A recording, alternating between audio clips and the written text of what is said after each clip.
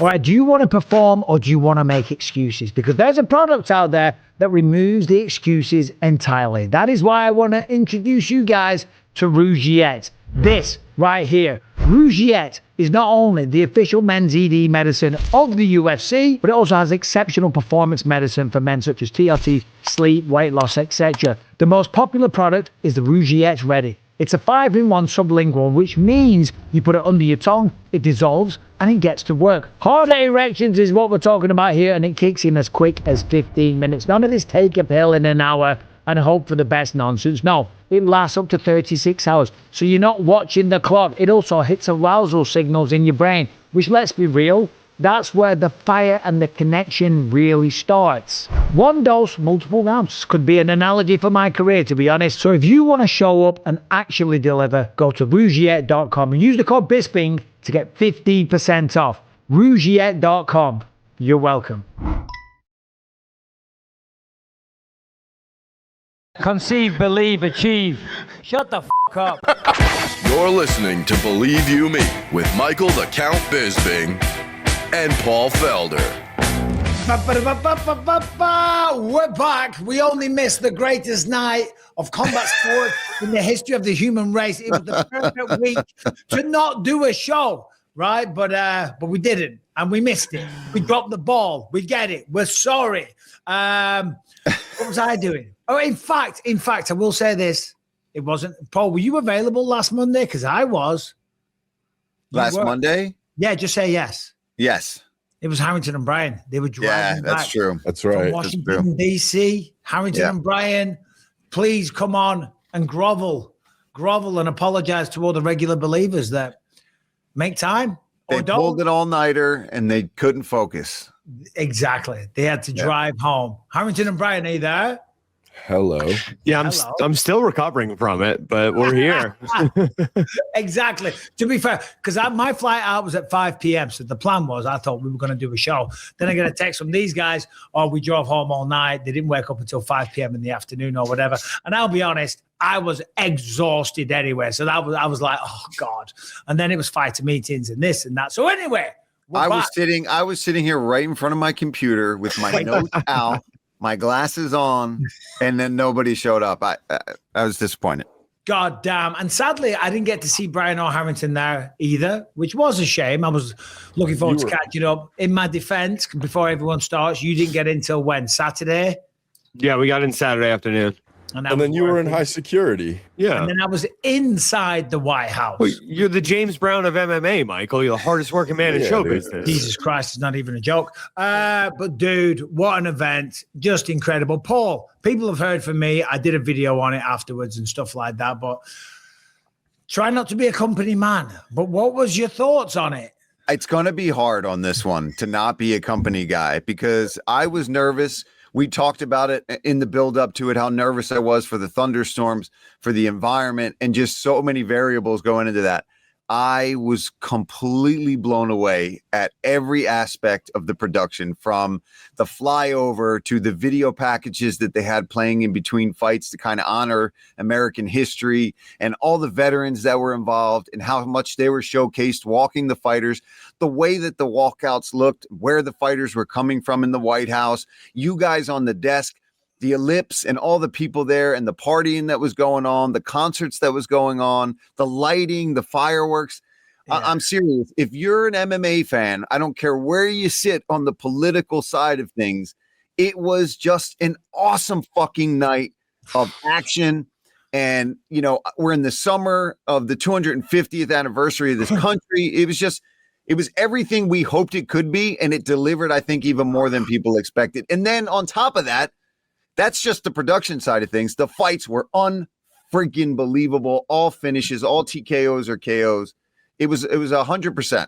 Yeah. No, so I didn't get back to my hotel room till almost 5 o'clock in the morning because we got moved inside the White House. As we know, the weather was supposed to be bad. And where we did the the weigh-in show on the Friday, they were like, oh, it's forecasting thunder and lightning, and it's a bit dangerous with you guys up there. So we're going to move you inside the White House. I'm like, we're going inside the White House? Yeah. That's better case. Best case for you guys. That's even cooler. It was epic, man. It was so good. So we had like a free reign of like 4 or 5 rooms, that we could, like, at first it was a bit like tight and buttoned up, the Secret Service and the staff. But everyone was super polite and nice and welcoming. But then as the evening went on, they kind of relaxed a bit. And we're like, I'm wandering around with my little camera like a nerd. And the guy's giving me like a tour and telling me some of the history and stuff. The food was unbelievable. And then in one of the rooms, that's where like all the military were hanging out for the walks and everything. They were so nice and they were so pumped to be a part of it and stuff. And so that was super cool. So, and then when we went to leave, obviously we can't just leave. It's the White House. So we had to wait for an official escort. And then, but it's getting on. It's like almost 3. And then when we went to leave, Trump was flying out to the G7, I think it was, in Europe the next day. And as we were leaving, there was a massive lockdown. And we were almost there. We were on golf cart. We were almost out of the White House. And then armed security with machine guns and everything. Stop right there. Stop. Do not move. And I'm like, what the hell have I done? Yeah. I'm just trying to go back to my hotel right now. I did take a pretty serious dump at the White House. They're like, don't move. Don't move. This guy didn't flush. He contaminated it. Anyway, no. So Trump was leaving. Bro. Talk about a motorcade. It was unreal. Like 30 motorcycles, then about 20 SUVs, then what looked like to be a tank, then like a stretch limo. I saw Trump sitting in it, leaning up against the thing, helicopters overhead. And the guy's like standing there with his hand on his gun. And I'm like, this is awesome. I'm like, I don't mind this. I'm like, just to see like that kind of power. I'm like, is this what it's like every time he leaves? He's like, every time. Every time. I'm like, holy shit. Yeah, it's wild, man, to think the security and the involvement just to move him from one place to another is epic. So you got to think about how many guys are around that you don't even know are around when he's sitting out like that, cage side. You know what I mean? Like when the president's out in the open like that. There's so many guys there that you probably wouldn't even know are on security detail just wandering around that event. Yeah, well, Rebecca said that because they were at the Ellipse, Beck and all the kids and the boyfriends and girlfriends and whatnot, and 6 of them. There was like a VIP section at the Ellipse, so they got taken care of. So they were there. But they said, like, the crowd was unbelievable. The energy was amazing. And we could hear it from the White House. Anytime there was like a knockout or whatever, you could just hear like a roar of the crowd. But my wife said there was a lot of people with like little earpieces walking walking around dressed in normal clothes, but with the little IFB earpieces in, you know they were undercover. Oh man, it kind of reminds me of when I worked security for a bar one time. We used to do undercover bouncing. So we were having a string of people getting their cell phones stolen and people bringing in their own drinks. Obviously, this is nothing like Secret Service, but you get the idea. We used to walk around and we had little radios and we'd wear regular street clothes and we were like the undercover bouncers in that. You know what I ended up doing 90% of the time? Just undercover drinking beers while I was working that security detail. You got to blend in, Paul. I got to fit in, man. You got to look. I got to fit in. So you were a pub detective, like a store detective. Yeah, basically. Detective. Yeah. Just wearing regular clothes. Me and one of my buddies, Jim, we worked it together. And dude, it was the best. It'd be a Saturday night at this Irish pub, but they'd bring a DJ in and everything like that. And we would just wear regular clothes. We'd be drinking beers. Well, we weren't supposed to be drinking beers, but we were drinking fake beers. And it was wild. Yeah, so we apologize because we are a week late on the White House stuff, but we're going to touch on some of that stuff. But we do have fights this weekend in Baku that we can talk about. We have Manel Kape that looked absolutely phenomenal at the weekend versus Kyoji Horiguchi. So we'll talk about all that stuff as well. But we got to talk about some of the White House stuff, and we're going to talk about maybe some of the fallout with Alex Pereira and whatnot, and Ciryl Gane. But let's start on a high. Justin Gaethje was absolutely phenomenal. And we're not going to go a full depth into it because people are probably, over it. Yeah, they've heard about it. Yeah. So we're sorry. We didn't get the show in last week, but we are busy. And I do mean that. We did want to get it done. But, I'm just in awe of what Justin Gaethje went through. That second round, you know what I mean? To survive that. And I saw it because he went on Rogan. He said, and this is so true. Because like, as a man, he was like, I just couldn't deal. Could you imagine how insufferable Ilia Topuria would have been if he won? That's what he said. He's like, I just couldn't allow him to have that moment, and I get it. Yeah. Yeah, I think the confidence was definitely knocked down quite a few pegs at that White House card from Gaethje. And, I saw some of the clips of him and Trevor Whitman kind of breaking things down on Rogan's podcast. And they did. And you know what was the best part for me, for Justin? Not that I had any stake in it. I like both guys, but obviously we were talking about on the podcast, to be rooting for Gaethje to be able to pull off that upset on the White House card would be amazing. But remember at the press conference, he was talking about he has the best coach, and Ilia went out of his way to be like, you don't have the best coach. I'm the champion, right? You've never held the belt officially. I have the best coaches then, right? So you got to know that must feel so freaking sweet to be doing this media stuff now with Trevor, going on Rogan's podcast with Justin and sitting there and breaking down all the things he did to beat you. It's like, oh man, when I heard those clips, I was like, oh dude, that's cold.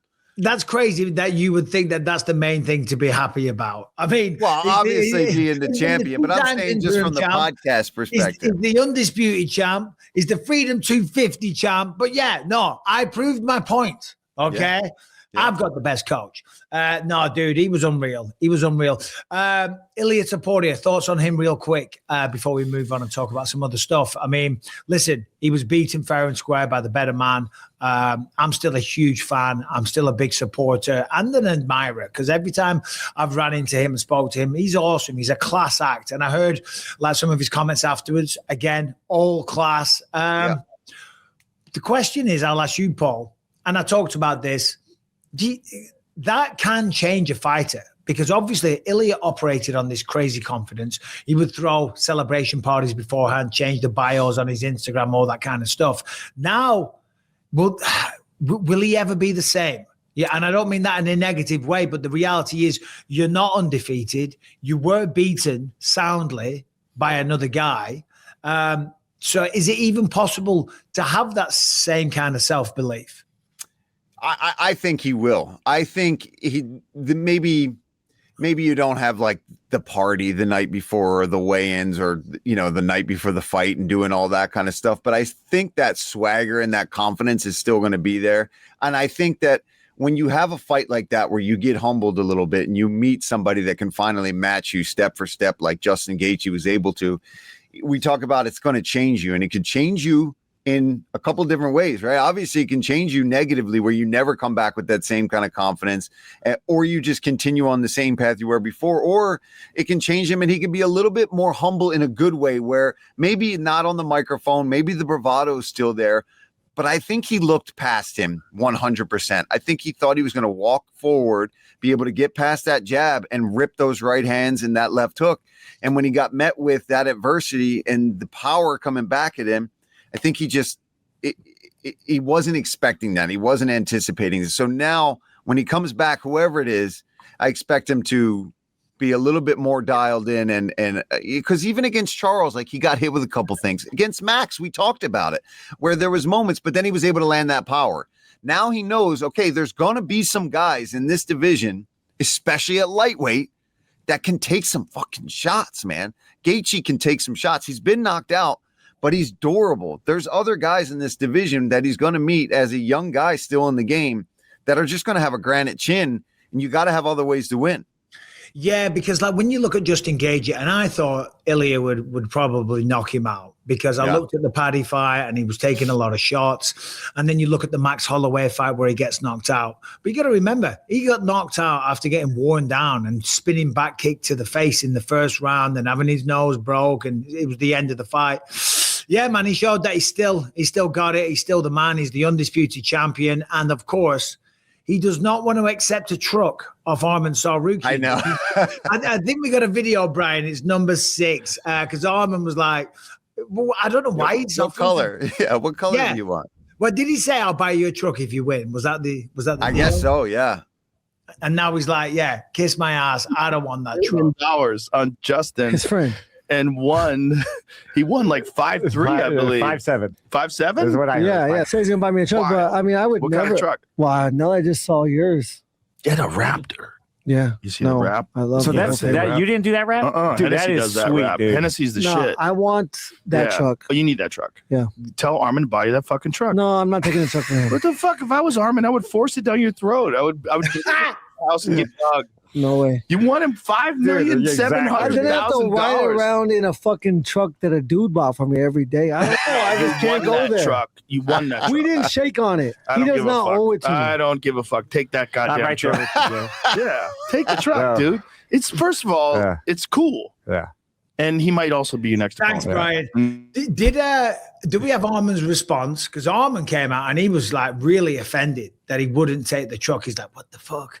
You know, I'm going to fuck you up when we fight and this and that. I kind of get it from Justin Gage's point of view. He's like, dude, I ain't driving around in a truck that everywhere I go, because given how publicized it's been. Yeah, it's everyone Arman Tsarukyan's truck. That this truck was gifted to me by Arman Tsarukyan. I mean, I get it. He won him $5.7 million. Allegedly. We still don't know about that. But yeah, here's Arman all pissed off with Nina drama once again.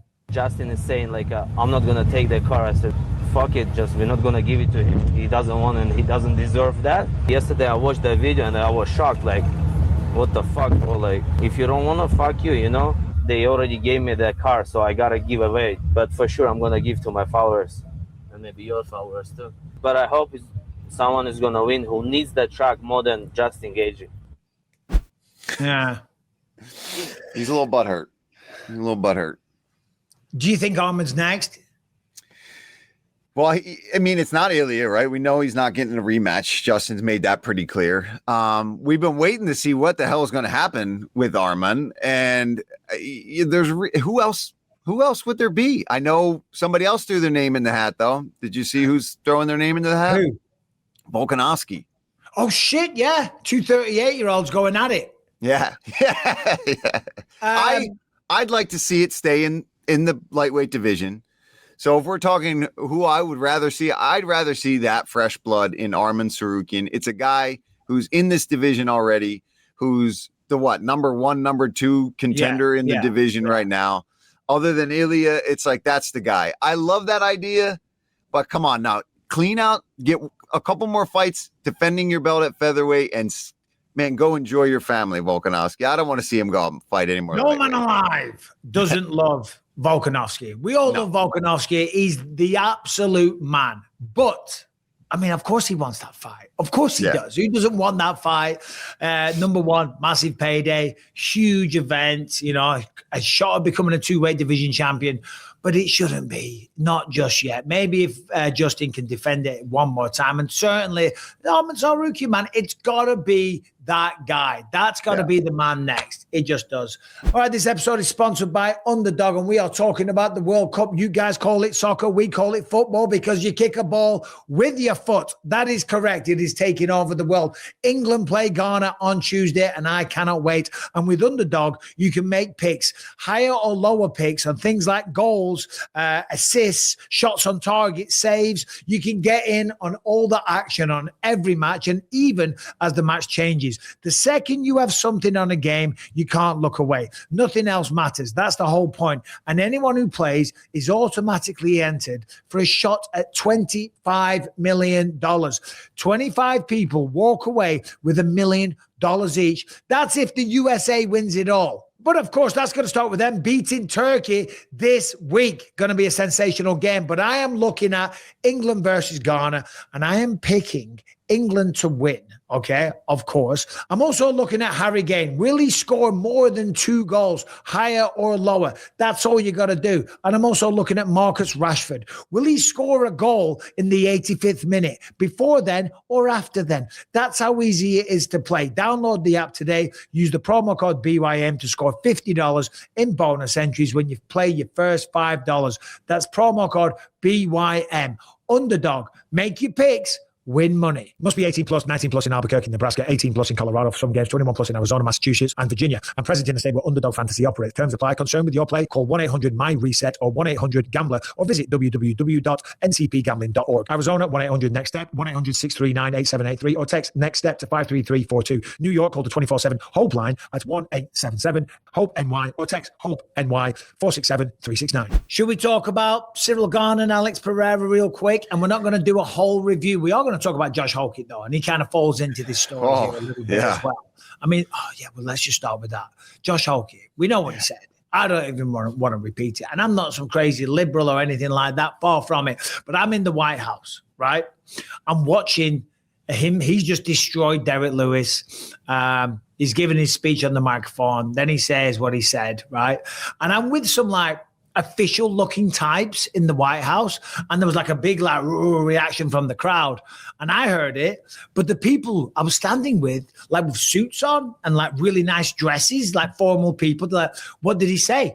What did he say? And I'm like, I'm not repeating it. And they're like, well, don't just tell us, what did he say? I said, I am not standing here as an Englishman in this White House with the former first lady just got mentioned in a very negative way. Behavior. I was, yes, sir. Yes, ma'am. No, sir. Thank you very much. I'm like, I want to put my best foot forward. I am then not being heard repeating that line. You know what I'm saying? And yeah. But that was a crazy one.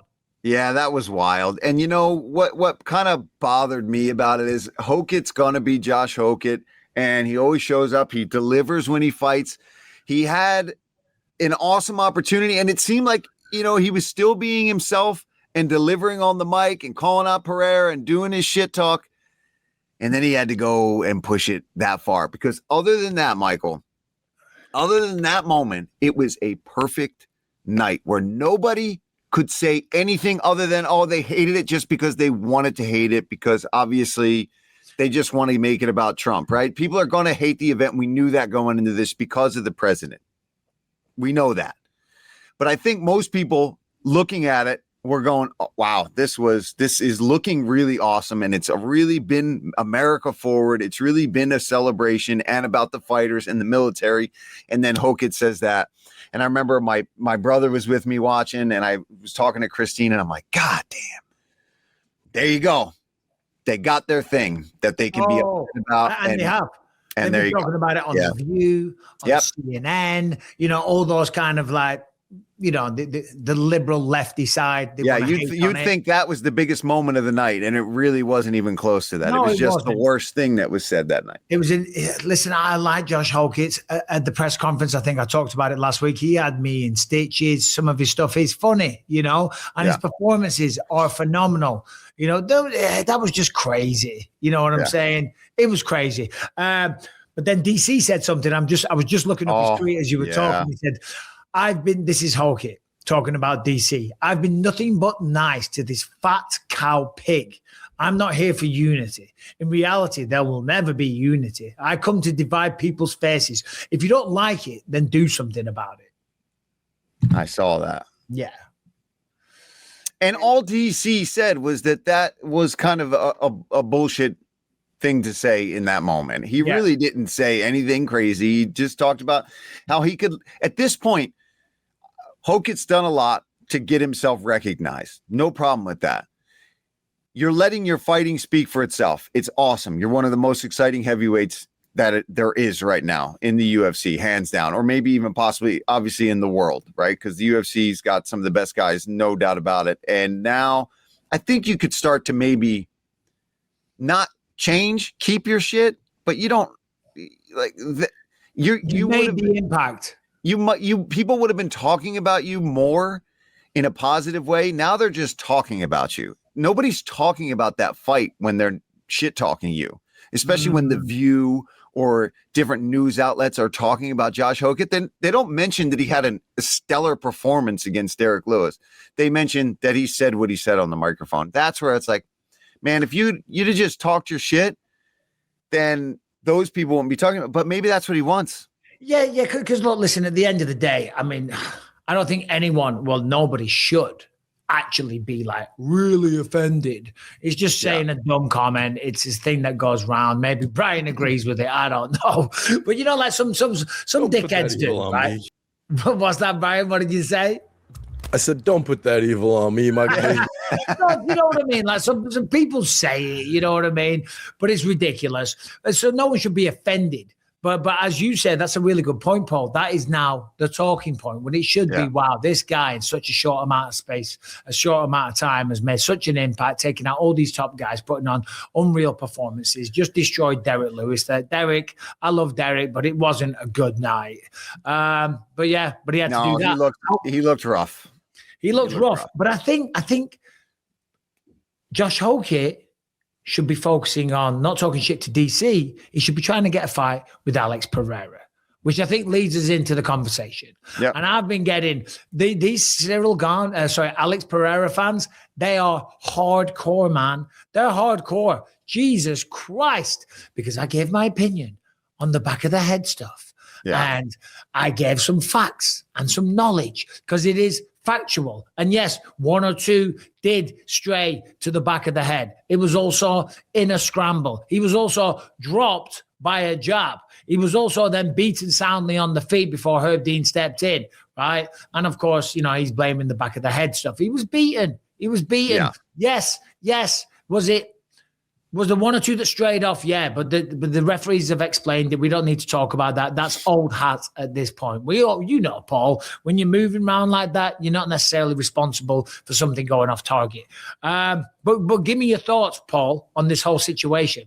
Yeah, I agree with you that I think the fight was going to play out the way it played out, whether there was a couple back of the head shots or not. I do think, however, that Ciryl Gane does need to start really trying to check himself in these fights, because eventually these are going to start coming back at you, right? Where refs are going to be really looking out for you to have eye pokes. We just had the Tom Aspinall incident where he poked him, the fight didn't go. Now you get another huge opportunity and you're going in there against Alex Pereira and there's some illegal shots to the back of the head. I still think his performance was incredible. I still think he was just going to be the guy that night. I had him picked to be winning anyway. And I just think the way he moves and hits at heavyweight, but I do think that there's really not too much leverage on that fight being changed or overturned.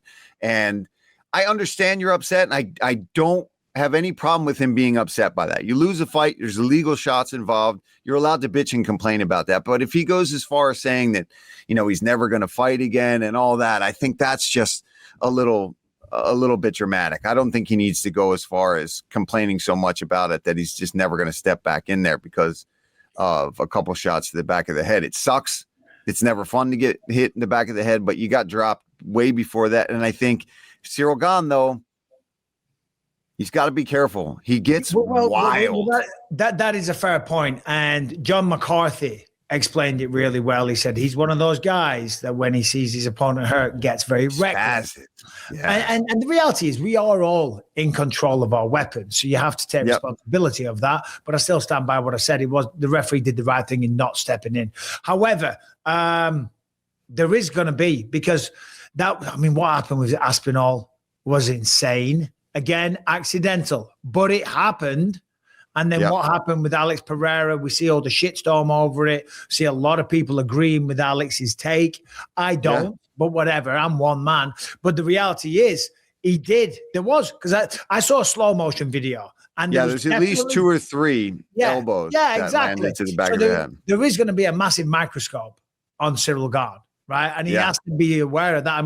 Jesus, Tom Aspinall says that he's willing to fight him in September. Which, number one, so happy to hear that Tom can come back. That's great news. It really is, because I didn't know what the hell was going on. I thought it was maybe Eddie Hearn playing games or whatever, with his contract. He says he wants to fight in September. Phenomenal news. If Ciryl Gane pokes him in the eye or anything like that, Jesus Christ. So he's got to be really careful, because the reality is sometimes that stuff does happen. Or 99% of the time, I think, happens genuinely by accident. But he's got to be ultra careful that he doesn't have any accidents. Yeah, because at this point, and there's people that reference a lot of his other fights too, where he kind of got away with some shots. And I agree with you that I don't think he goes out there and is purposely trying to do it. I think it's the way he fights instinctually. He reaches out. There's been a lot of fighters that instinctually do that over the years. John Jones being one of them, loves to reach his fingers out and poke them in people's faces. I'm not so sure his are accidental, though, to be completely honest with you. He's a pretty strategic guy. You know what I mean? No. Do you think there were some purposeful pokes? On John Jones's side? Yeah.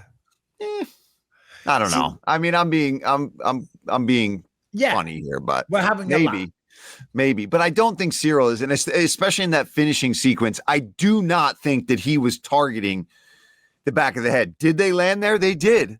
And it's a bad look because, again, here we are.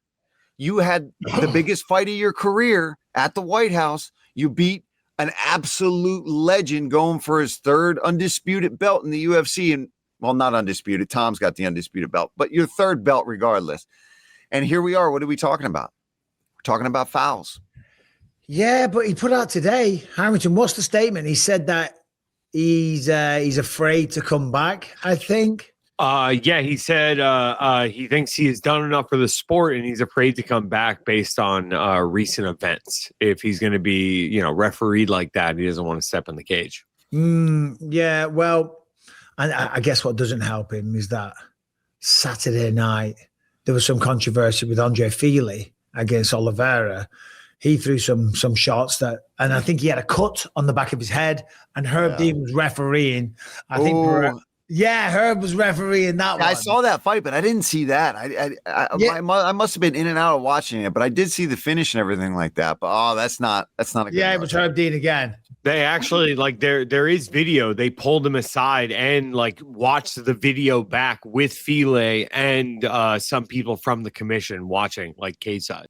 Showing that there was a back of the head shot. Yeah. Was it during the finishing sequence too against Fili? Yeah, it was the finishing sequence. Oh.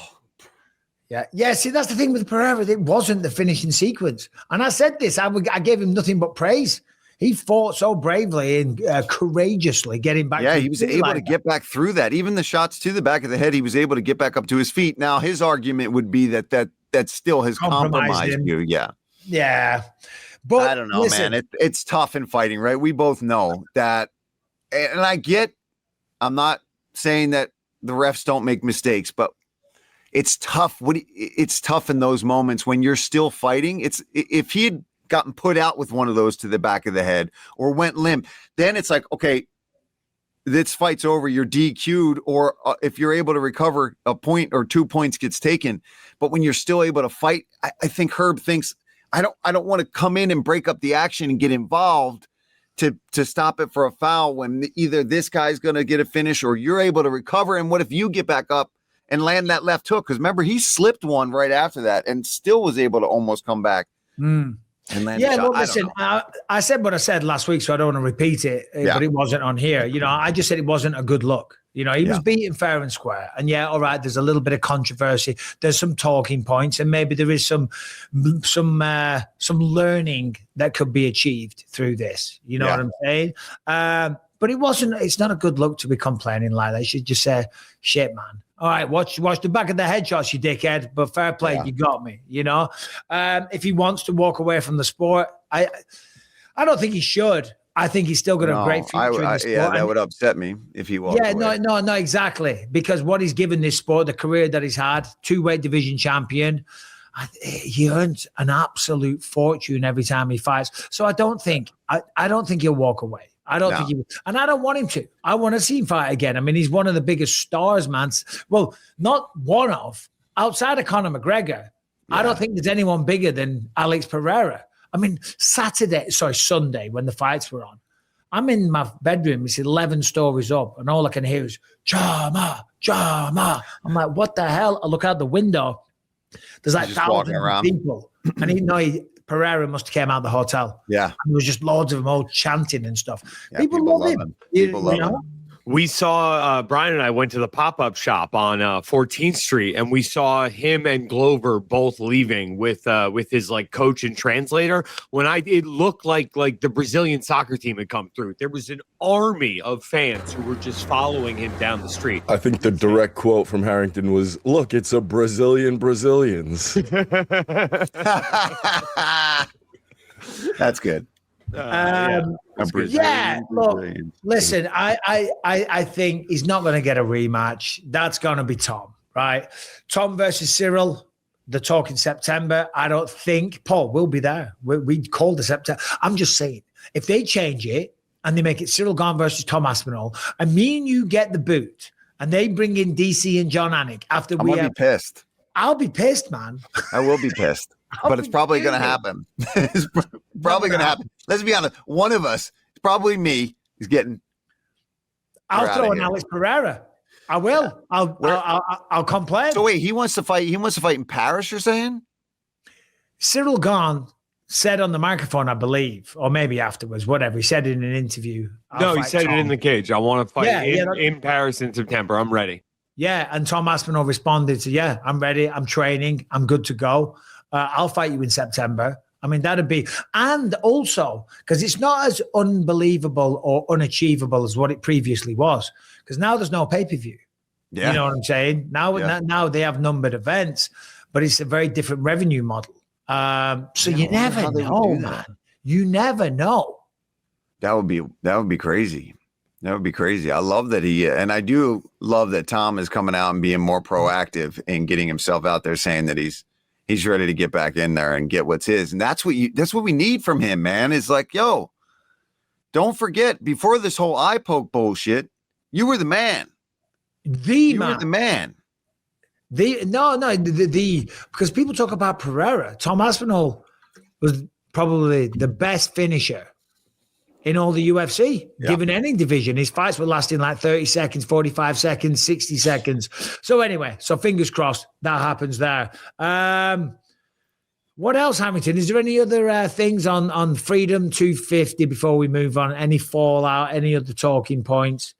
Dude, I could talk about it all day. I mean, Pereira versus Josh Hokit, that should be the next fight for them, in my opinion. Justin versus Arman, that should be the next fight there. Paddy Pimblett is talking about maybe Ilia Topuria next, but he's got to get through Benoit Saint-Denis. I like that, man. Well, set that up. He does have to get through Benoit Saint-Denis first, but if he does. But I think win or lose, Paddy could still get that fight. Ilia's coming off a loss. Yeah. Yeah, with all the bad blood. Yeah, that was the only thing I was going to add was Justin Gaethje said he doesn't think Ilia should get the immediate rematch. And he did mention Paddy as like, take that fight, before, getting your title shot again. It's crazy because not that I put Ilia on such a pedestal. I mean, I guess I kind of did. I was like, I think we all did, right? Yeah, I mean, we all picked him. Well, who here didn't pick him? Did anybody here pick Justin? I think one of these two in the background did, just to be American. Was it Harrington? I may have. I don't know. Couldn't you just tell the truth? I genuinely don't remember, but I think you did, Harrington. By the Americans on that show being like, hey, Justin's got a shot. Yeah. Hey, just on the final thing, like you were talking about the celebration of America and all the rest of it. Man, I have goosebumps, and I'm English. You know what I'm saying? But I've lived in this country for 15 years. I've lived a great life. It's provided me so much opportunity, and we have a tremendous time living here, and we're very, very happy. And just to be a part of that was unreal. I can only imagine what it was like being one of the boys, you know what I mean? And seeing that bold eagle and just let me tell American you, pride. I woke up the next day, and I was walking around the house just going, America! America. I even said to Christine, because I wasn't sure when we were doing the podcast, but I was hoping that if we were going to do it the following day, I wanted her to order me like American flag hats and American flag sunglasses and all this shit. And I was going to show up on the podcast just decked out as America as you possibly could. And the eagle is the same eagle that is at the Philadelphia Eagles games that flies in and does stuff. Yeah. I mean, I don't know how many big eagles like that do the fly-ins, you know what I mean? Well, that one's name is Lincoln. Yeah, that's the one. I'm very familiar. Yeah. That's Lincoln, my mate. No. And this final thing, I was saying it before. I got back after the Trump motorcade. It was super, super late, man. And because we never drew the curtains, I still woke up about 8:39. So I'd had hardly any sleep, and then we flew home. I was exhausted. But when I got in, it was like 5 a.m. Rebecca's in bed. And I was like a little kid at Christmas. And she's like, Michael, just come to bed. I'm like, I can't. I said, you don't understand. I'm still fired up. That was insane. I said, one, I've just been in the White House all night, but those fights, everything about it. Yeah, and then it couldn't have gone any better, man. It really, everything about it was awesome. And it was so busy of a schedule for all the UFC people that put that together, all you guys with crazy schedules going to DC and doing it. And for it to all come together, I was just super pumped. I was very proud and happy to be somebody that's a part of this company and working for the UFC and, bootlicking my way to the top. The bootlicking society. We're here to stay, man. The bootlicking society. It's crazy. Alex Pereira, the company would benefit greatly if Pereira was to become a 3-weight division champion. I'd say so. And I went against it. I'm like, listen, I thought he lost fair and square, and he needs to suck it up a little bit. That's all. You know what I mean? If I was a company man, I'd be saying, "Oh, this is bullshit." Yeah. Herb Dean's got to go. Well, I was going to jump in and just let you guys know that Dana White was asked at the presser, for the fights over the weekend, what he thought about Alex Pereira's comments. And he said, Alex might have a leg to stand on. So, well, he didn't have any on to stand on when he got dropped by a jab. You know what I mean? His legs were taken clean from underneath him.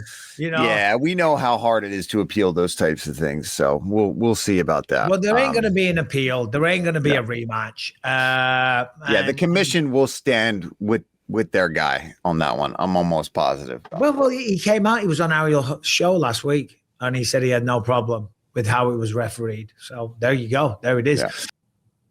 All right, today's episode is sponsored by BetterHelp, which is a really easy, convenient way of getting therapy. And if you want to give therapy a chance, BetterHelp is the easiest way to get started. If you're thinking of starting therapy, give BetterHelp a try. It's entirely online. It's designed to be convenient, flexible, and it's suited to your schedule. Now, when you look online on social media, you see all these people living their best lives. It's easy to have a little bit of comparison envy. It's easy to look at all that stuff and think, man, my life is garbage. What is going on? But that's not the reality. But some people fall into that trap. It might look like they have it all together on their Instagram, but in reality, they probably don't. Therapy can help you focus on what you want instead of what others have, so you can start living your best life. As I said, this is all done online, designed to be convenient. You just fill out a brief questionnaire to get matched with a licensed therapist, and you can switch therapists at any time for no additional charge. If you are struggling with something right now, reach out to BetterHelp by going to betterhelp.com/believe. That's going to get you 10% off your first month. Whatever it is, substance abuse, alcohol issues, anger issues, anxiety, depression, BetterHelp, they have therapists to help with it all. Just go to one more time, betterhelp.com/believe to get 10% off your first month. That's BetterHelp, HELP.com/believe. Father's Day yesterday, Paul. I was going to say something else, but what did you do? I'm going to be honest. I had one of the best Father's Day of my life. Tell us. Oh, no. You tell us about yours. Mine was not as epic as whatever you're about to say, because there was nothing epic about it. Just chill. Yeah. Yeah, same here. Very chill. I had an awesome effing meal. I can tell you that. I wanted the same thing that Christine made me for my birthday, that homemade baked mac and cheese that we were talking about on the one episode.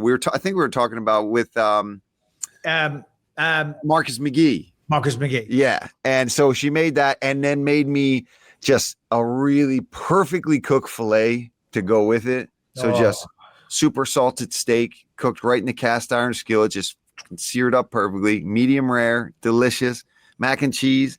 And all I asked that I wanted to do for Father's Day was I woke up early.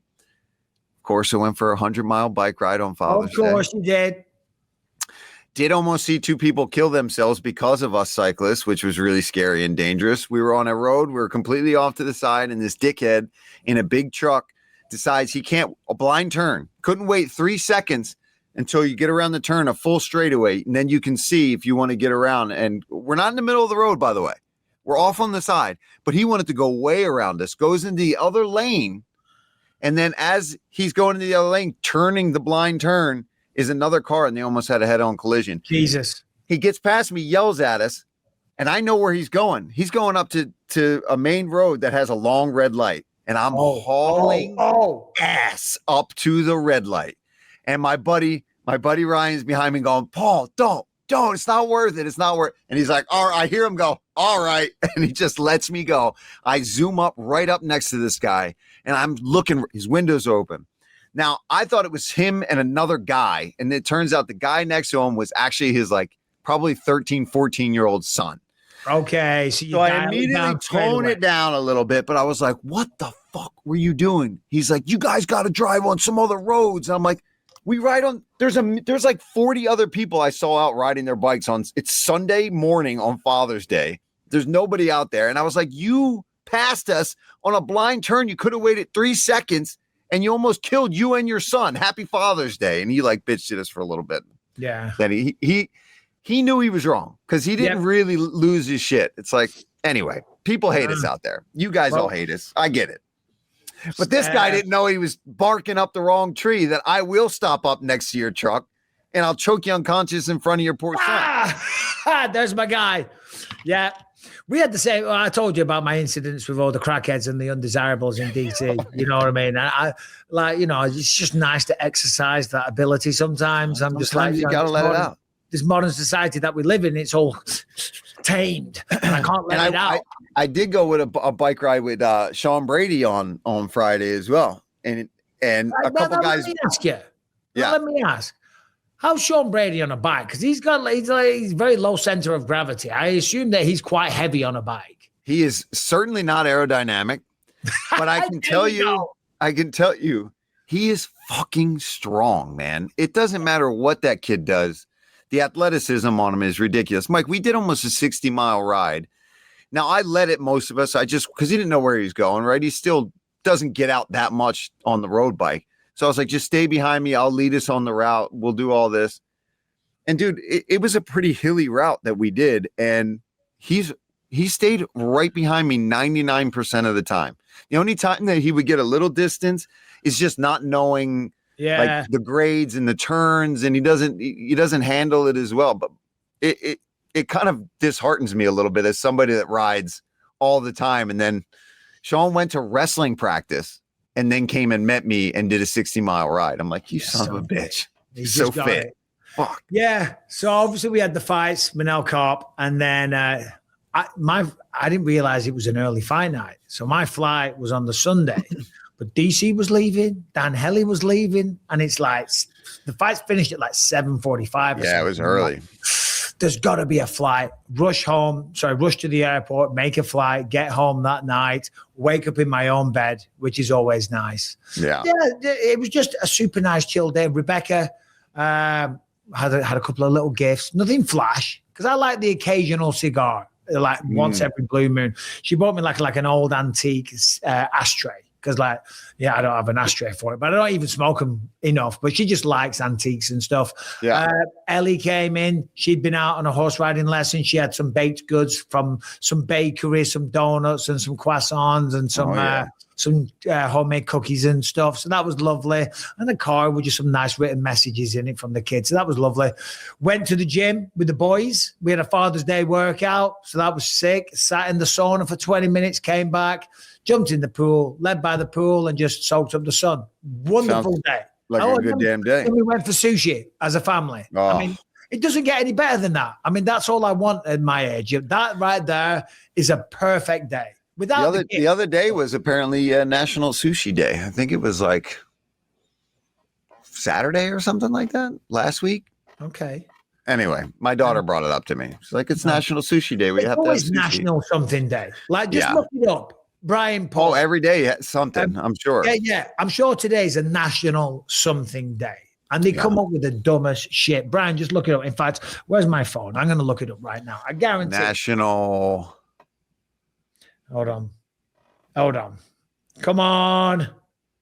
There's a website that's called National Holiday Calendar. Today is National Kissing Day. Oh. Well, National, I knew it. It's also National Onion Ring Day. Onion Ring Day? National Chocolate Eclair Day, and National HVAC Day. Man, the more you know. National HVAC Day. National HVAC Day. What is going on? I do love a good chocolate eclair, though. Oh, yeah. Now we're talking. Any kind of donut pastry thing, I'm here for it. Yeah. Well, we do have to talk about some fights, but I mean, I'm looking at the non-MMA stuff that Harrington put in, and there's a couple of good ones. But Keir Starmer has resigned as the Prime Minister of the UK. We're not going to get into politics because I don't know enough about it, but I do know that he is unbelievably unpopular, and he was digging his heels in and said, I'm staying. Well, now he's gone. And Trump broke the news last night Oh, really? Before Starmer, yeah, because it was all over the news last night here in the States. And somehow, obviously, he knows a few people at the top. You know what I'm saying? Trump broke it first on Truth Social. I got a short clip right here if you want to put it up. Of what? Don't play a clip of Keir Starmer. Everyone's going to unsubscribe straight away. But it's Keir Starmer quitting.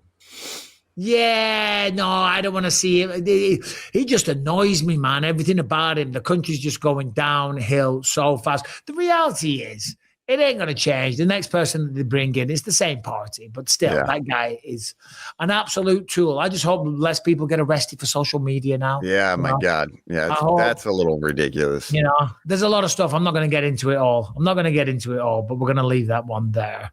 We ain't got time. We haven't got time. Manel Kape beat Kyoji Horiguchi. Horiguchi looking good. Horiguchi getting takedowns. Horiguchi landing left hooks and wobbling him. And as we know, Manel Kape, it's a cliched expression. One only shot. Takes one. Yep. Only takes one, Paul. That is his great equalizer in that division, man. Horiguchi had all the skills to potentially go on to win that fight. And it just doesn't matter. If you give him one opportunity to land a clean shot on you, he changes your day right away. I was watching that fight and I'm like, damn, Horiguchi's looking good. He's going to pull this off. And I also love that he hopped on the mic and he's like, listen, I know you guys wanted him to win so you can go to Japan. And I'm thinking, I kind of want to go to Japan too. He's like, but you're going to have to bring me, and said some other stuff on him going over there. Yeah, my back ass. I loved it. I was like, hey, fuck it. Who cares? He fought in Japan before. Let's throw him over there. Let's still go. Yeah. No, he said that at the fight meetings. He said, I know they want to go to Japan really bad. They want that whole Asian market, but they got to go through me. Yeah. I was like, fair play, man. That's the attitude you got to have, you know? 100%. And yeah, it was that one shot that dropped him, and then those uppercuts when he was kind of in. That uppercut was pretty. He started with the hammer fist on the other side, got him to worry about that, came right up underneath. That was slick. That was really impressive to see him thinking in that kind of a situation. And especially since we were just talking about people getting too wild, like Ciryl Gane, and not being calculated with their finishing sequence, that was the complete opposite and a precise way to find the openings and not land an illegal shot. So there you go, Ciryl Gane. Watch some Manel Kape fights. I mean, I don't even want to say this. I mean, maybe Alex Pereira could learn from this. But anyway, he was very gracious in defeat. Yeah. He said, relax, guys. He said, thank you all for the support. I got spectacularly knocked out. I'm truly sorry. Manel Kape was strong. Thank you. This is why I can't quit martial arts. I'll retrain and I'll be back in no time. I am not giving up on my dream yet. Yeah, that takes a lot of balls to come out and say, because there were some people thinking, was that an early stoppage? You know, he came out and said, I was spectacularly knocked out. Fair play. I'm a big fan of that guy, and that just made me respect him even more. He's such an awesome dude. I love watching him fight. I love when we get to talk to him at fighter meetings. And yeah, he's a straight up savage. He's respectful. He's going to bounce back. No doubt he's going to go back on a winning streak. The dude's got all the skills. You got caught by one of the other best flyweights in the world who's going to go on and fight for the title. No doubt in my mind. He'll be back. And the division needs him. They need a guy like Horiguchi. I'm so glad he's back in the UFC. He's been on a roll, and you got caught. And I think this stoppage was completely fair. The way he went down after that uppercut underneath the armpit, it was a bad visual. They had to jump in there and stop that one. Yep. And it was to the front of the head. Yeah. Yes, it was completely legal. Yeah. So we got UFC Baku this weekend. Yeah. When are you leaving? Tomorrow. Yep.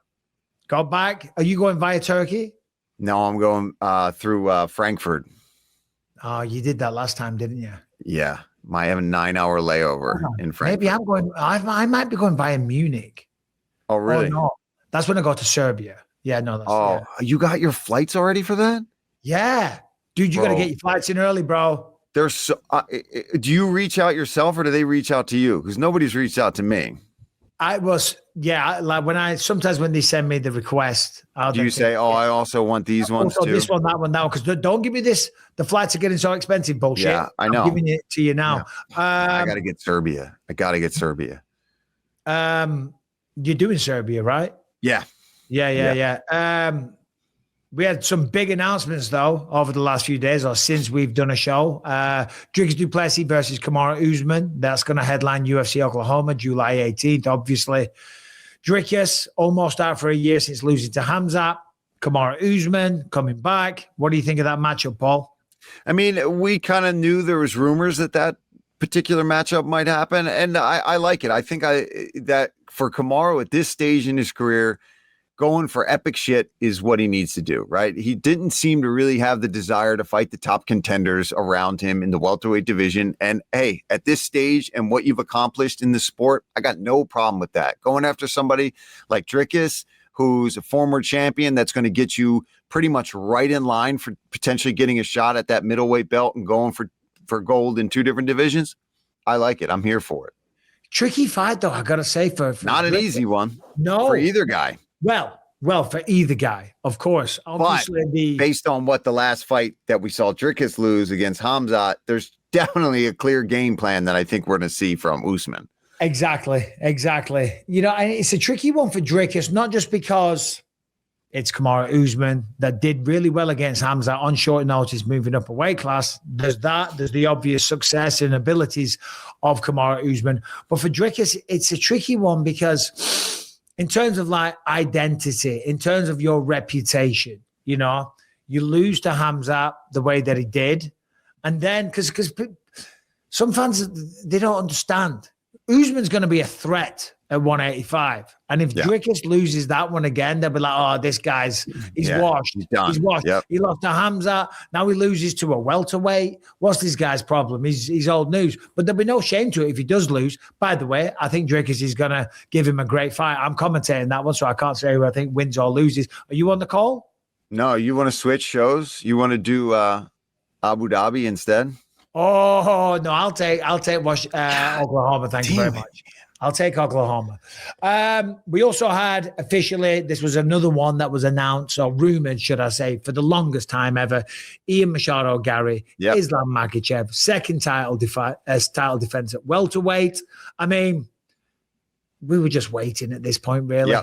Yeah, we knew this was going to happen. We knew it was going to happen in Philly. It was just a matter of it officially getting announced by the UFC. And I'm still crossing my fingers for that show that they can get some local Philly guys on the card, because as of right now, I know Jeremiah Wells is a Philly guy. That's the only one so far that's been officially announced. I talked to Sean the other day, nothing in the works for him.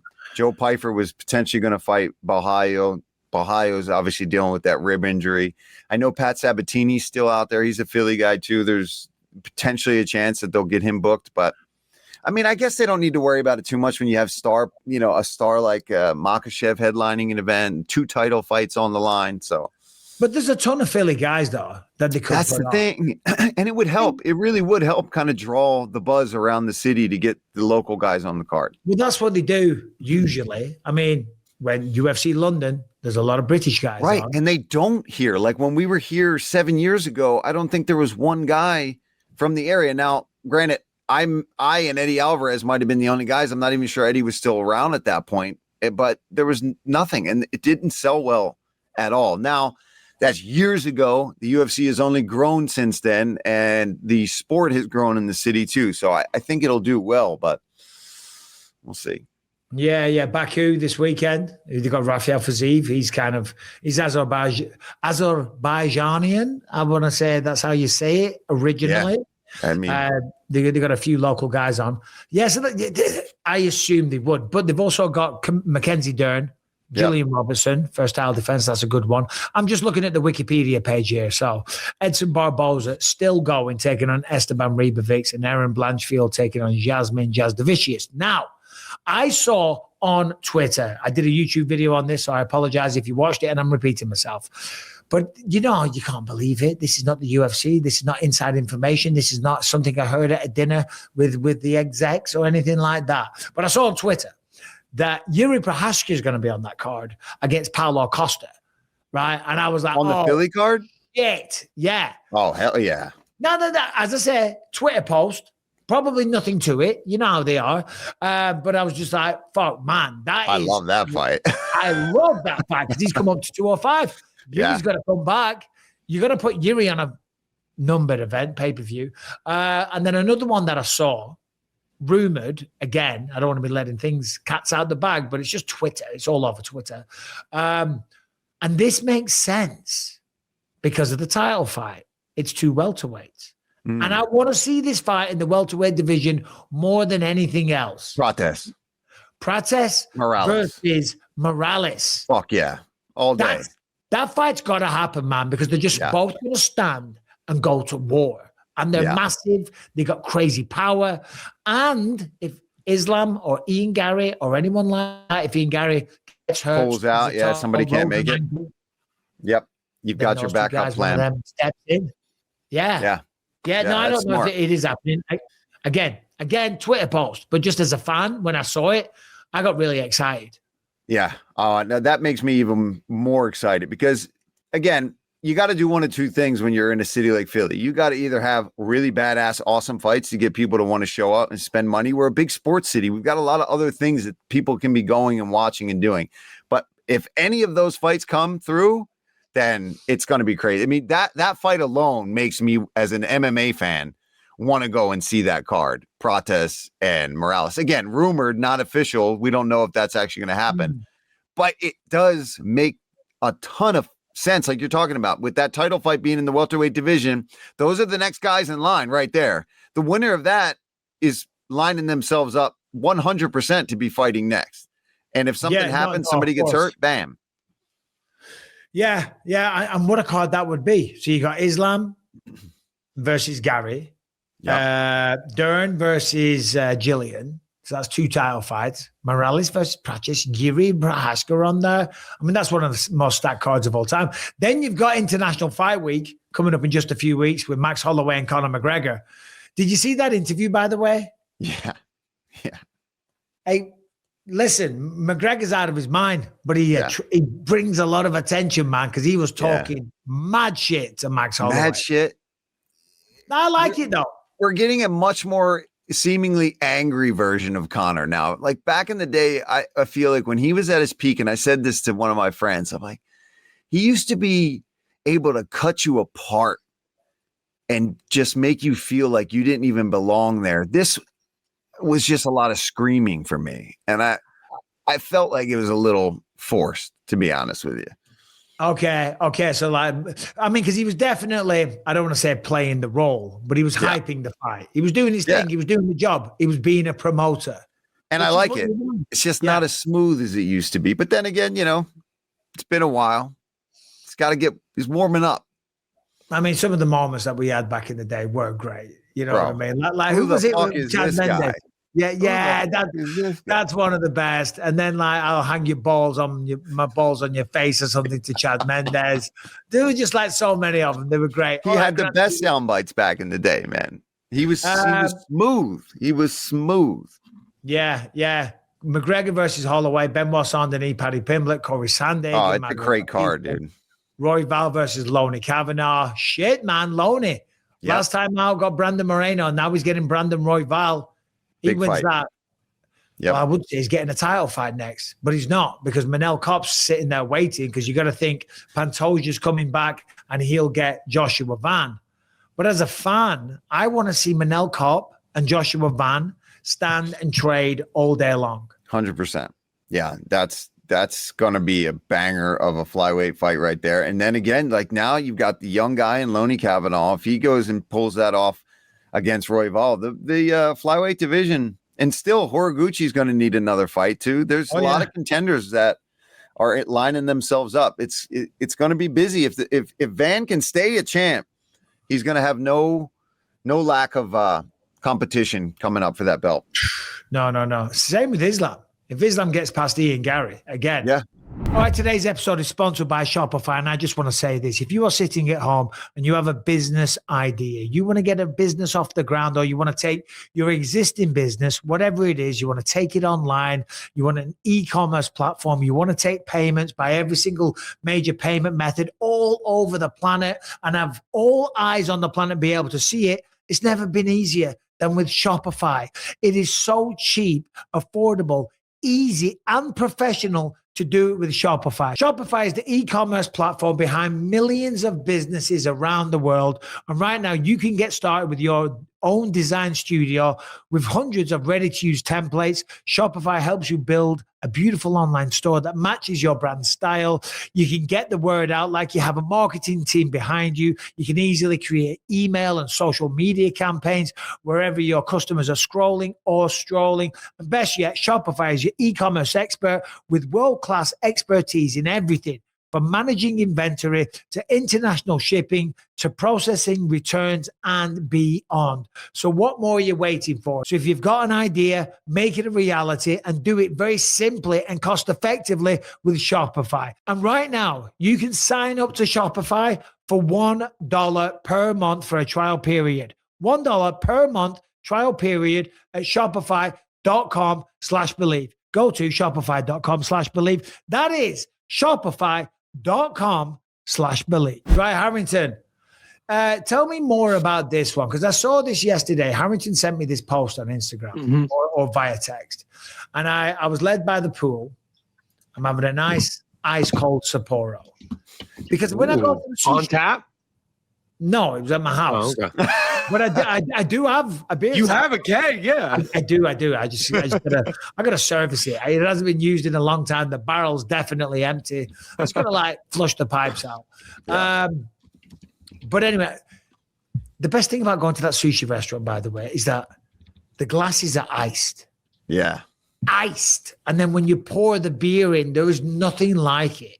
Yeah. Do you know what you got to? And then for the longest time, I was trying to figure out how to do that at home. It's really easy. You just wet it. Well, that's what I thought. So I was going through like putting a bit of water on it and stuff. No, you just put the glass in the freezer. And that's the frost. it. Oh. It's just natural condensation. The condensation makes it all steam up. That's it. For the longest time, I was rinsing it under the tap and it wasn't working. You just put the glass in. So I have 6 glasses lined up, ready to go. I refuse to drink a beer unless it's in a frosted glass. Call me bougie. Say that I've changed. There's an Instagram. What's the word I'm looking for? Somebody's Instagram that's all about this Japanese bartender who just pours these beers and he makes it look just all you want to do is have this guy, and it's just him pouring taps. It's the way he does it, and then he scrapes the top off and everything, and he dips it in water afterwards to make sure it's nice and frosty and clean. And it's ooh. Just while we're on this topic, if anyone's ever in DC, you got to go to the Old Ebert Grill. Holy shit! Supposedly the oldest pub in all of DC, but it's not a pub; it's a restaurant, and it's beautiful, and the food is top notch. And to your point there, I ordered a beer. It was an IPA, and the guy comes over and just to come back a bit, or you can see my hands, he's pouring it from up here into the glass. And I'm and it's going brrrr, and it's filling up. And he stops, and I'm dude, that's going to overflow. And it just times it. Right on the top. It was right at the top. I'm you've done that a few times. He's I've poured a few of these, my man. Yeah, exactly. Yeah, so anyway, as I was having one of those yesterday by the pool, Harrington texted me and I responded, dude, that's crazy, because I literally just showed this story to Rebecca. Harrington, the floor is yours. All right, so this one is pretty simple to break down, unlike most of the stories that I bring you guys. So this lawyer has been petitioning the environmental agency in England to get this one section of the river cleaned up. He says that thanks to pollution and different buildup in the river, it's led to stagnation. It's gross. It's smelly. It's really a big problem. So he petitioned them for years and years, never got an answer back, never got anything done. So he said, all right, I'm going to take matters into my own hands, reached out, got a bunch of volunteers. They all went together. They pulled out tons and tons of garbage from this thing over the course of, I think it was 20 hours or something like that. They got this section of the river pretty much cleared up. They said within days, they had wildlife back, reed beds were returning into it. They had fireflies and dragonflies and, the signs of a good economy. Good ecology in this river. the environmental agency finally came by to inspect this river, and they said that unpermitted works were done. So now this guy who just cleaned up the river is being investigated for a charge that carries up to 2 years in prison for cleaning up a section of the river. Aren't you glad you live in America, Bisping? I mean, I am. I am. I mean, so the guy decides to do something good, goes and clears up a river in his own time, gets some buddies, picking up trash that other dickheads have left. And now he's looking at 2 years in jail. I mean, this is what I'm talking about. And I don't want to go back to the Keir Starmer thing, but what is that? Yeah. I mean, what kind of world are we living in where that is an offense? Yeah, it's not like you got a group together and did some illegal shit or even did something that was controversial. You're cleaning up wildlife area and taking out the trash. You're picking up litter. That's like if you walk around your neighborhood and you're sick of seeing all the trash and debris everywhere and you go and have a group of people go and clean up. I mean, should that be illegal? Yeah, or like you're an old person. You got one of those things that you push the thing and it squeezes. Yeah, and just grabbing trash off the ground. Yeah. That's ridiculous. I mean, I haven't got too much more to say on it. I was just gobsmacked when I saw it. I was just like, what the hell, man? Like, put your energy and your focus to something better. Yeah. So interestingly, in 2016 they came up with this law that says you can't do any kind of work on it without having a permit, and I'm assuming being a contractor who's registered with the government because they always got to get their piece. But then add to that, they said the justification for it being a problem is that the increased water flow, now that the river's no longer stagnated and water's coming through, that could lead to excessive flooding down the line in the rainy seasons. That the environmental agency needs to be the one who's figuring all this out. You got to leave enough trash. Yeah, citizens can't go out and do this. Otherwise, it could be catastrophic. I don't know, man. No. Makes sense. But the litter didn't accumulate there, all at once. It was just a gradual thing here and there. You can't go over the litter was actually serving a good purpose, and you remove that, and now we're going to get floods. It was like a dam. It's just, yeah, exactly. They're like, they thought the litter was a dam, and now you brought it all back to life, and people are going to die. It's crazy. It's crazy. Yeah, if you see some litter, guys, pick it up. If your dog does a shit, pick it up. Although saying that, I walked the dogs a few days ago, and right as I'm walking down the street, just around the corner from my house, and I do always pick up the dog shit. Always. Yeah. It's so annoying. People that don't. And I'll tell you what they do around here. I don't know why this is. Some people pick it up, put it in a bag, tie it in a knot, and then put it on the floor. Have you seen that?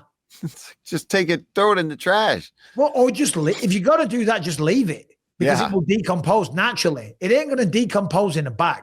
It's just going to stay there, festering and smelling. Yeah. No. But we were walking around the corner, and one of our neighbors comes out, very nice lady. She's standing there speaking to like someone doing some work at a house. And Ford, who has, he has bowel issues. He can't go to the toilet properly. He decides right then and there, right opposite her house, he's got to go, right? So he's sitting there and he's trying to squeeze it out. And it was a little bit of water at best. Do you know what I'm saying? Yeah. But I didn't want her to think that I was just not picking up the dog shit. So I get the bag and I go down. No. But I thought, I ain't picking that up. There's nothing to pick up. Right. Well, I go through the whole motions and I pretend to pick it up and I'm pretending I'm tying the bag and I'm walking down the street holding it like this. And then I put it in the trash can and I'm like, what am I doing? And there's nothing in it. There's nothing in it. There's nothing in it. But I don't want the neighbors talking shit. I came back and told Rebecca, she's like, well, you are insane. What are you doing? I'm like, yeah, but I don't want, because there is a few bits of dog shit and we'll get the blame. Yeah. It's like if a dog has diarrhea, he's just sitting there, just mop it up. Yeah. No, sadly. That's like that video of Patty Pimlet when he goes to the girl's house that his dog took a shit at. but it was diarrhea. And he brings the doorbell and it said like a Ring doorbell camera. And he's like, can I borrow a hose or something? I don't want you to think I'm just leaving this shit here. He just sprayed it all over his life. I forgot about that. Yeah. Ryan, see if we can pull up that video because that is funny. Yeah. Oh, I forgot. That was years ago. Yeah, it was a while ago. Good for him though. He's trying to be like, look, I gotta hose it. I can't pick this up. It's just diarrhea all over the ground. That's called being a very responsible dog owner. Yeah, I could have asked for a hose. There's one here as well before we get back to some more MMA stuff. 6 people, just break this one down, Harrington, have been arrested after they threw a woman off a bridge without. Oh, yeah. Oh, I saw this one. Bungee cord. I mean, listen, I think I don't know if we want to show the video because it does end pretty badly. It's an actual death on camera. Yeah. Well, no, you don't see the death on camera from the video that I sent you. But, it's a murder on camera. It is a murder on camera. I kind of want to see it. I'm not going to lie. Oh, yeah. Insert that for YouTube. Give me 1 second to pull it up. All right. So plummets to her death. Yeah, so as you'd imagine, right, you're getting, bungee jumping, you have the harness on, you get the rope tied to it, and then in some cases you have people throwing you off of a great height, which was the case here. You can see in the video, it's 3 people who are all tossing this one woman. That rope in the bottom left-hand corner, that's what's supposed to be attached to her. As you can see, it is not. How could they not see that? And they all look down, waiting for the rope to come and realize, oh my God, we just threw a woman to her death. Yeah. This is the worst angle. All right. I wanted to have a bit of context. Now I can see it. The rope was there. There's multiple people. The poor woman's got her arms out like she's on the Titanic or whatever, having a great time. Jesus Christ. And it's off of a bridge. There's no water underneath of it either. It's just like dirt and rocks. And there's another angle that they show it and they blur it out. Like you don't see her impact, but you see that that body hits the ground. What country was this in? This is in Brazil. Yeah. Now, here's the thing. It looks like it's a makeshift operation on the side of the road off of a bridge in Brazil. I don't know who in their right mind goes to that and thinks, yeah, I'm going to let these guys throw me off of this bridge. And they showed a video of it going successfully and like what it actually is. And it's not like a traditional bungee cord that you bounce up and down. You swing. Yeah. So you go down and it catches you and you like swing under the bridge. I also thought it's super dangerous. What if you swing the wrong way and smack into that pillar that's holding the bridge up? This is the thing, man. I've done it. I saw a video just recently in Thailand. Someone was doing parasailing, where the speedboat pulls you along and you go up. They were doing parasailing and the guy drops off because he wasn't attached properly and he falls off to his death, of course. And I've done that. In Phuket I don't mean I've done it. I've put my kids on it. Callum and Ellie, when they were like 8 years old, they wanted to do it. God. But like, respectfully, Brazil, Thailand, certain countries, I don't think they had the regulations quite sewn up. And even in countries that do, shit goes wrong all the time. Yeah, things can go wrong. And when they go wrong in those situations, it's bad. So 3 people were initially arrested. They said that there were witnesses on the scene who saw people run down, try to take the harness off the girl and just run away into the woods. In addition, the girl who was being thrown had a GoPro on her chest recording the whole thing. That is missing and has still not been recovered. They're saying that might be what the 3 people who were arrested today were arrested in connection with. So not only did they do the crime, they tried to cover it up. Yeah, man. There's certain things just aren't worth it. You know what I mean? Yeah. Just like I've done a bungee jump off the side of a church, but it was very, very well organized. Yeah. I'd been up all night partying, so that I wasn't well organized in my head. I was like, what am I doing here? But it was still, I'm here. I live to tell the tale. I wouldn't do a bungee jump in Brazil. No offense to Brazilians out there. Sorry, guys. I'm not jumping off the side of some bridge. with a bunch of random dudes. All right, Harrington, what have we got? So I have one more thing. It is, going back in time a little bit to the White House, but we didn't talk at all really about Sean O'Malley and the fact that he literally demoed his finish for the Arman thing. I'm sorry, for the Amin Zahabi fight ahead of time to Nina Drama, right down to what punch is going to end it and the celebration. Pretty incredible stuff. Boom. No, he did, man.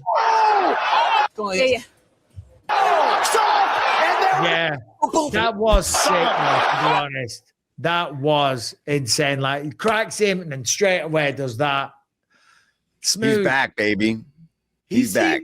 Tell me if you picked up on this. He seemed a little miffed at the post-fight press conference. If anyone deserved the performance bonus, I think it's the guy who knocks out the Canadian, then salutes the president over the guy who had a controversial back of the head shots win. You know what I mean? I don't know, man. Really? Yeah. So let me ask you this. Do you guys think that was a mismatch? Because I don't. Amin Zahabi was on a 7-fight winning streak. No, not at all. I spoke to some people and they're like, oh, yeah. I mean, it was great, but there was a couple of mismatches on there. I'm like, and I said, which ones? They went Zahabi versus O'Malley. Talk about giving him a win. I'm like, what do you mean? He was on a 7-fight win streak, just beat Marlon Chito Vera. That's, a very experienced, tough guy. Beat Jose Aldo. Yeah. I didn't think that either. And I did pick Amin Zahabi. I only did it to be different. If you remember, you remember the White House, Paul. I did just to be different with everybody. I honestly did think Sean was going to win, but I didn't know he was going to do it in rehearsed spectacular fashion. And I'm not saying that Ciryl shouldn't, but I was surprised they didn't just add extra because I did think that was worthy of a performance bonus. Who got the bonuses? Well, fight of the night went to Gaethje Topuria. Yeah, Justin double dipped. Yeah, so he got performance and fight of the night, and then Gane got one as well. Ciryl Gane should have got one. He just beat one of the scariest men in the UFC. Sean should have got one too, is all I'm saying. Yeah. And you know what? I bet they did. Because hopefully some kind of the numbers that after the fight. I'm sorry. Go on, Brian. Sorry. Dana said after the fight that all the finishes got 25K. So everybody got 25K. I know it's probably nothing compared to their purse even, but it's something. But that's always the case now, though. Everyone gets 25K if you get a finish. Yeah. But I guarantee they'll get an extra little something because the numbers that up 75,000 extra. The numbers that it pulled were just ridiculous, and I know you put in here, Harrington. Yeah. Speaking of which, 17 million was the viewership poll, and then people were pointing to the number of subscribers that Paramount Plus has versus the number of subscribers that Netflix has for what they're talking about as far as like the biggest MMA show of all time. And noted, you should note that the European and Asian numbers have not come in. That 17 million number is only North and South America. Well, that's what I was going to say because Dana said, I was talking to him Saturday night and he was just going on a high about how great it was. He said, we haven't even got the numbers from India, from China. He said, once all those numbers come in, it's going to be insane, which I'm sure it is. There's a lot of people in India and China.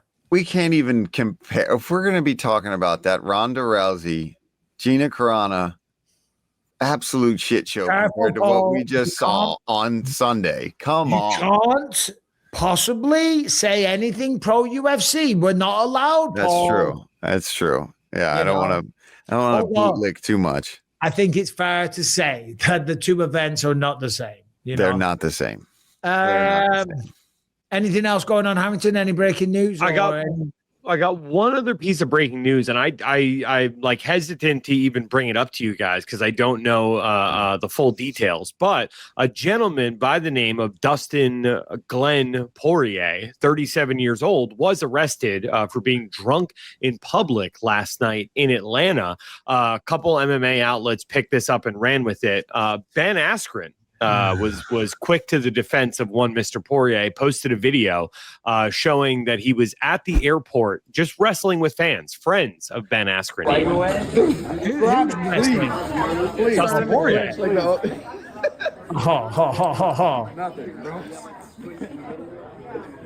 Hey, I thought this was America. You can't get a little drunk and wrestle at the airport. So that's what got him arrested, was that behavior right there? No. Unclear. Unclear what he was in fact arrested for, but just saying, Ben Askren is at his defense saying he was out having fun, not being a problem. So from what you tell me, you just said he was arrested for drunken disorderly, or what is that? Public drunkenness. All right. I mean, number one, don't serve the guy alcohol. Yeah. I hate that. I mean, yeah, you got to have responsibility. Don't go off and get shit-faced. But like, I'm sure Dustin wasn't doing anything too bad. However, I will say this on the flip side, the fact that he got arrested and he comes out, if allegedly, and then he's still wrestling people at the airport the next day, shows he still had a buzz on. So he must have been on a good one. But it ain't the crime of the century. No, it's not the crime of the century. It's funny because last time I was hanging out with Dustin, he was like not drinking. So he's clearly, really changed that. Hey, it comes and it goes. So listen, boots on the ground. This was the reason that it was good that we were at UFC Freedom 250 Fan Fest. I actually got to get on the mic and ask Dustin Poirier a question during that little presser. That was very fun. But really?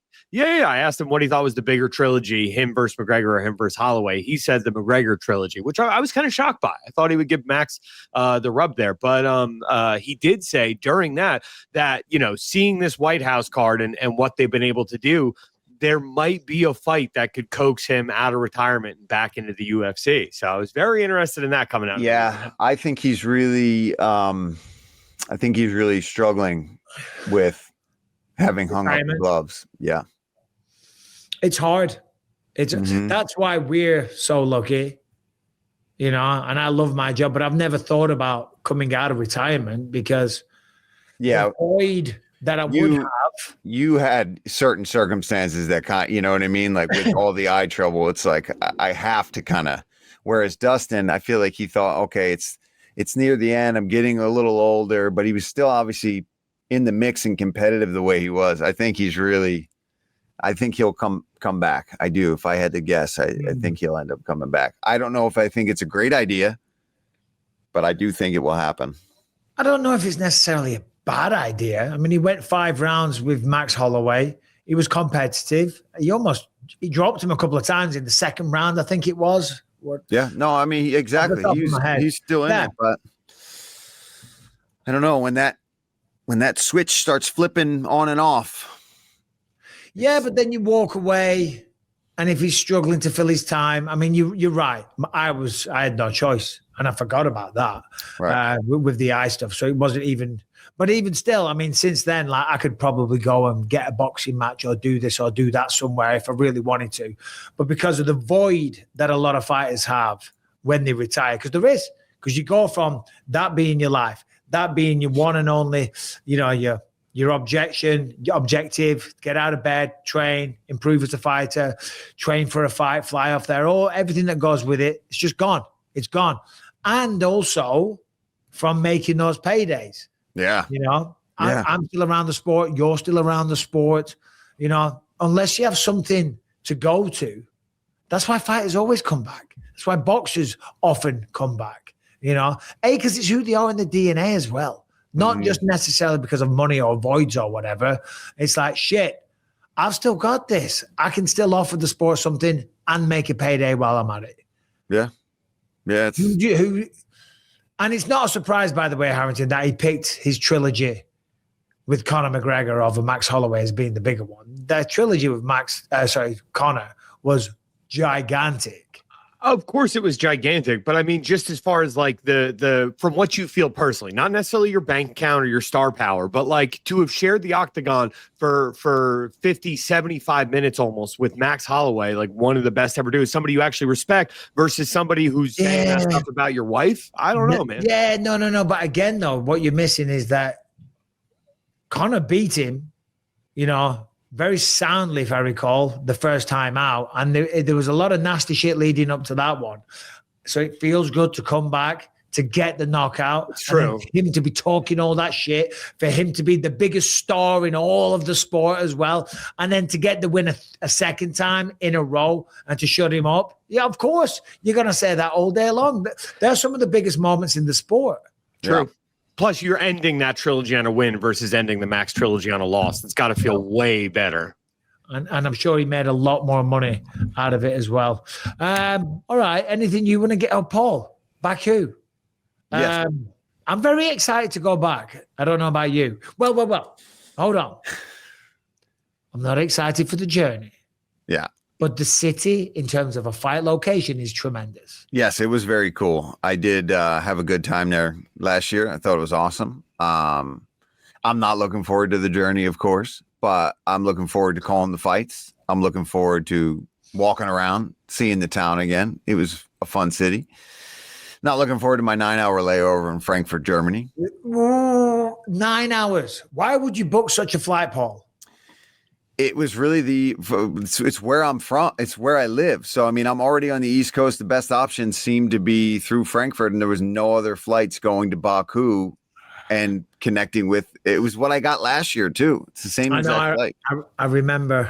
I went to the town that's the closest town, like German town, by the airport last year. I think I'll do it again this year. Although, if there's a airport hotel, I might just get a room for the day and just pop up there, use the gym, do research. I could probably get all of my research done in my layover.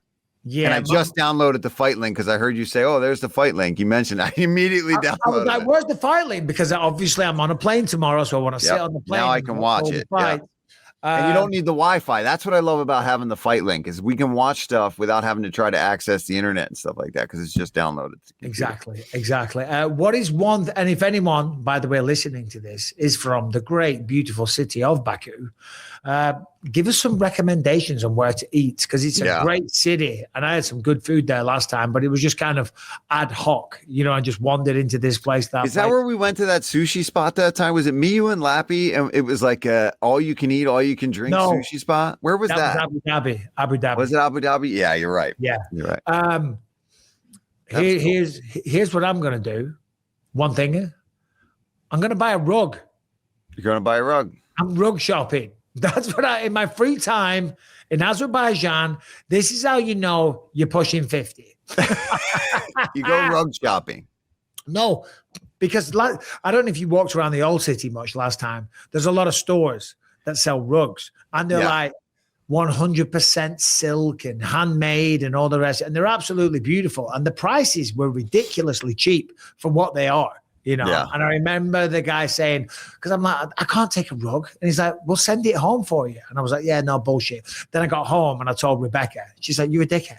Why didn't you buy one? They will mail it to the house. So I'm under strict instructions this time. I have to buy a rug with like a 8 foot by 5 foot silk rug. There you go. You got to go. If you have a question, please send it in to bympod@gmail.com.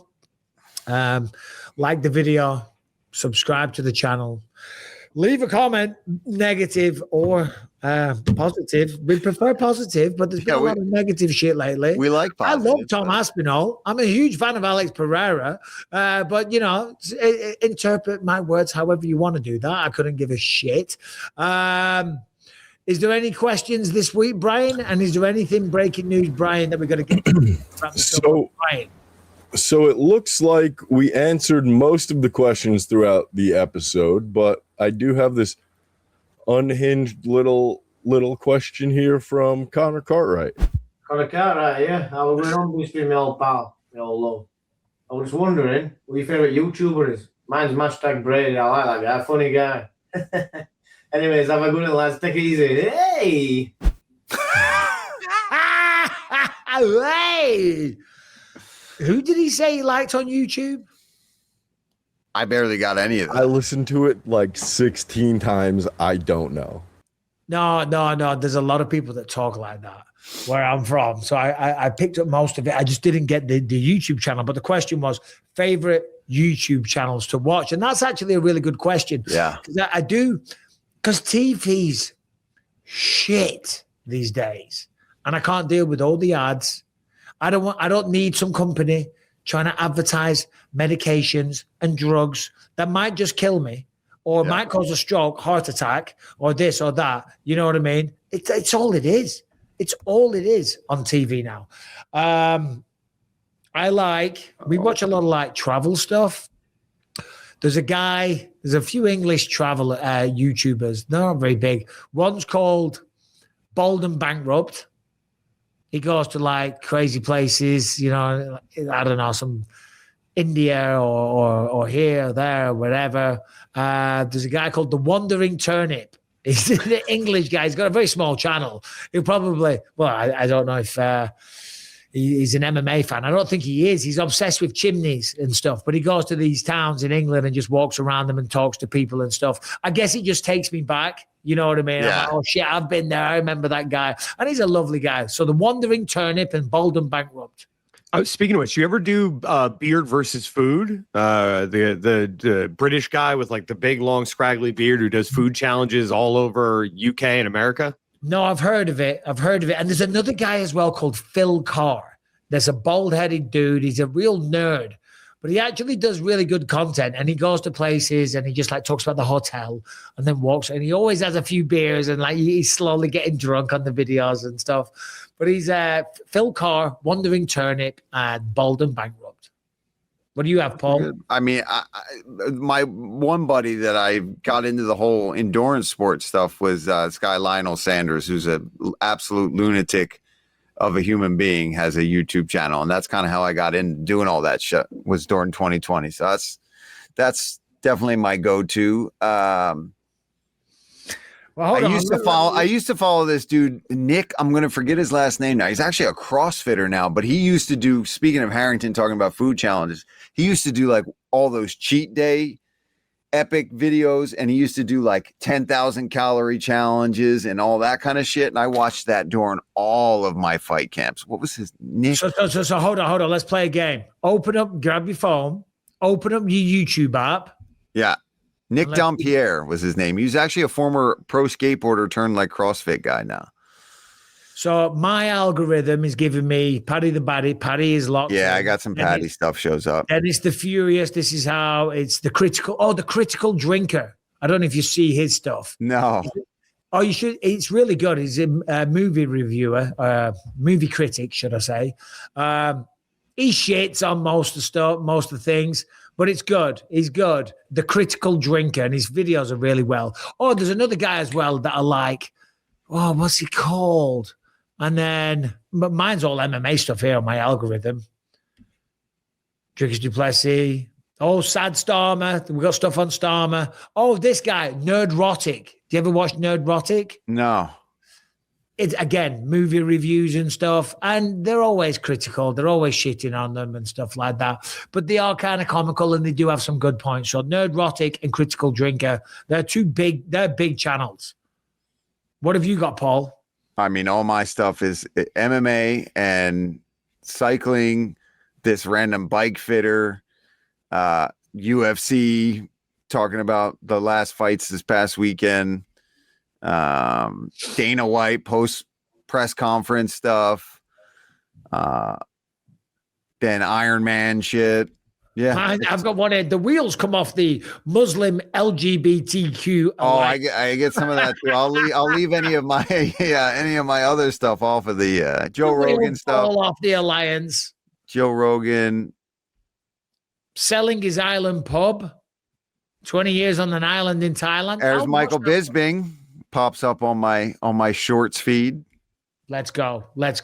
I think at this point, it's fair to say that we have exhausted these conversations. There is more things we could have talked about. We could have break down UFC Baku, but we can't make predictions, so there's absolutely no point. What I will say is this. Do us a favor, like and subscribe. Sorry we missed the episode last week, genuinely. Biggest event ever. We wanted to be there, so I'd do the show, but just logistics, couldn't do it. I was doing the show. Brian and Harrington were slacking off and fast asleep and just really dropped the ball, to be honest. Paul has got the glasses on, so you know it's the end of the show. I didn't know where they were. Safe travels to Baku. Enjoy the time in Germany. When do you get in? I go via Istanbul, which I fucking hate. I hate it. I go via Istanbul because I'd rather go through Istanbul than a 9-hour layover in Frankfurt. It's a nice airport. That's all I'm saying. I don't get there until like Wednesday at like 11:30 at night. Hold on, when do I get in? I get in late. It's late. Itinerary. I land at 4:30 p.m. Oh, hold on. This can't be right. I'm not going via Istanbul. You're not? I'm going via Tom Bradley. My eyes are so bad, guys. 2, I can't even see where I'm going to. Arrival. Where is the arrival? Munich. So you are going through Munich. Are you going to Munich? No, I'm not. It's Frankfurt. Oh, goddamn. I was like, we could get up to some business. And then I land at 4:30 p.m. on the Wednesday. So jealous. I'll go find a little restaurant for you and keep you posted. In the meantime, guys, thanks for watching. Thanks for supporting the channel. America. And I'll say it. No one asked you, Siri. Shut up. Goodbye, guys.